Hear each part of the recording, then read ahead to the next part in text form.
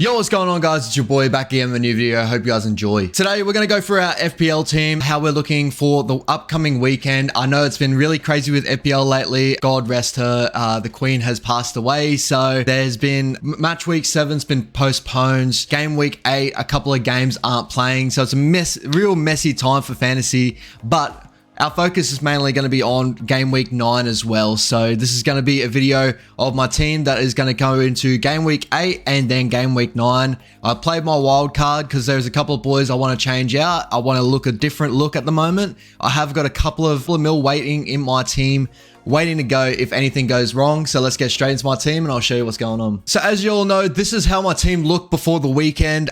This was how we looked for, it was supposedly for game week 7. We had Alexander-Arnold, Zinchenko, James out back, Salah, Saka, Almiron, and Bailey in the mids. Mitrovic, Haaland, and Jesus was going to be our captain for the weekend, but unfortunately wasn't meant to be. Our bench still was Olsen, Andreas, Pereira, Perisic, and Nico Williams. So that was our team before I played the wild card, and this is what my team looks like at the moment. So for this weekend, it's going to be switching out. So I'm probably going to drop Zaha and a couple other boys and bring in Perisic to play as many players that are playing this week. But this is what my wild card has looked. So biggest trades out, obviously Salah. So I traded out Salah.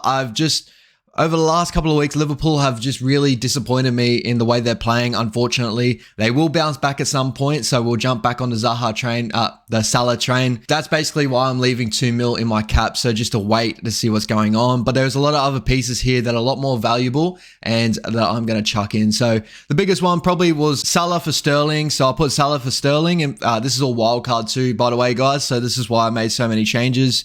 But Salah to Sterling, so that freed up about a couple of mil there. I went Saka to Martinelli. I love Saka. Personally, he is like one of my favorite Arsenal players. But I had to go Martinelli for the cheaper price. He's doing pretty much exactly the same as Saka. Saka's not getting as many opportunities as Martinelli. And I think that Brazilian connection up the top with Martinelli and Jesus really works really well. So I'm going to bring in Martinelli.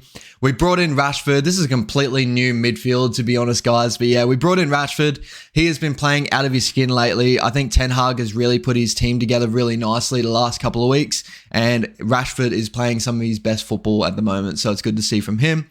Zaha, I brought him in mainly because their fixtures coming up for Crystal Palace look really, really nice. So a lot of green we see there. Obviously, they've got to get past Chelsea, which at the moment is not the hardest game in the world, bringing all the way down. And they've just got really, really good fixtures all the way up. So I expect him to go really well for these next couple of weeks.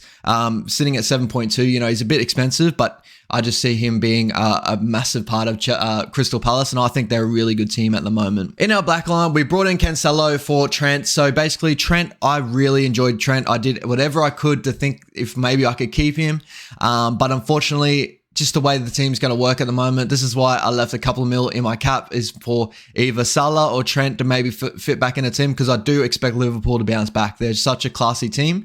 It's just at the moment with their fixtures, it's just not it at the moment. So Cancelo, mainly because Man City, we want those clean sheets, and Cancelo for me is their best defender out of the lot. Well, not best defender. I think he's the best FPL defender, if that makes sense. So best defender, you know, they have Ruben Diaz and all that sort of stuff. But for fantasy, Cancelo does get those points because he pushes more so into the midfield, creates more opportunities. So I do love having Cancelo there, especially when he brings up those clean sheets for Man City. Reason why we kept Edison as well was because of those clean sheets. I could have definitely gone down to Pope, but as I said before, I'm trying to keep as much in my cap just in case anything goes wrong here. Zinchenko, I am keeping Zinchenko.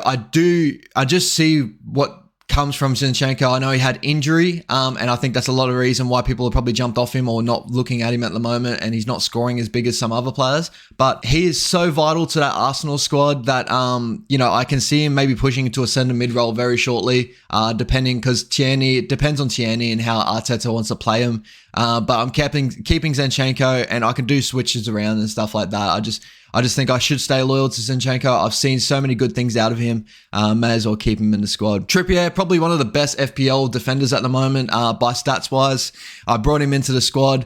He's got Bournemouth coming up. They've got some really good fixtures in that. So keep on those Newcastle boys. They're really stepping up their game. I was looking at Alan Saint-Maximin, but I just couldn't bring myself to bring him in after injury. So mainly Trippier is going to bring in those really good Newcastle fixtures, and all those points for Newcastle. A really good place kicker as well, so great for him. Then pretty much everyone else is pretty much untouched. So we got Mitrovic still up front, we got Haaland that we've had for a bit, and we have Jesus. So the way I kind of thought there, I could have mixed a couple of boys around, brought in someone like a De Bruyne. I was thinking about that. I was playing around with not even having anyone big and just having a whole lot of team full of like 6 mil midfielders and stuff like that. And then, you know, switch and match them around.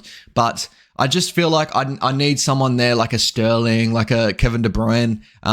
Those boys, like, they're not scoring bad. That's the whole thing of it, like a Salah and all that. They're not scoring bad. They're just not worth that money. And I think out of the top like 3 midfielders, so you got Salah, De Bruyne, and Sterling. Sterling's probably your best bang for buck, if that makes sense. He's probably scoring exactly the same as the other 2 boys. And in Chelsea's system with a whole new manager, hopefully those Chelsea boys really step up their game and play really good football coming into the end of the season. The way you'll probably see my team line out, I'll probably pull Perisic or something like that to get up there because they have got fixtures this week. Neco Williams, I'm going to probably put him in as well, and, you know, take out a couple of our midfielders there because I think obviously, you know, most of our midfielders aren't playing this week, but coming into week 9, this is probably how we're going to line up in week 9, most likely. So, you know, depending on fixtures as well, Perisic could jump in or something like that, but I'll probably go a 3 back line, mainly because defenders at the moment just aren't it in fantasy. It could definitely change if someone like Trent or something kicks on again.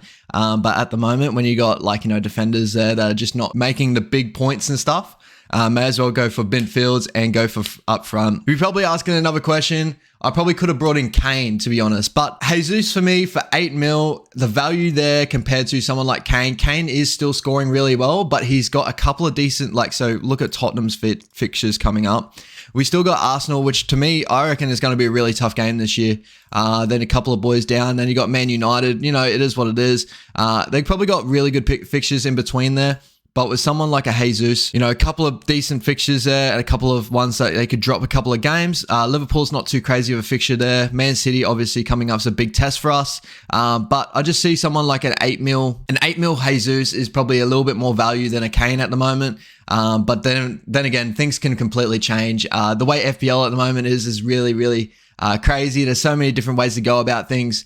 I'm still just going to stick with Haaland up front and just roll with them this season. Things could change. I can bring Kane in, but at the moment, this is the way we're going to look. So appreciate you guys. Sorry for the short video again. There's not really much else to talk about FPL. If you like all that sort of stuff, like and subscribe, comment it down below what your thoughts of the team, how your team's going to go for the weekend. And yeah, peace out, boys. Take it easy.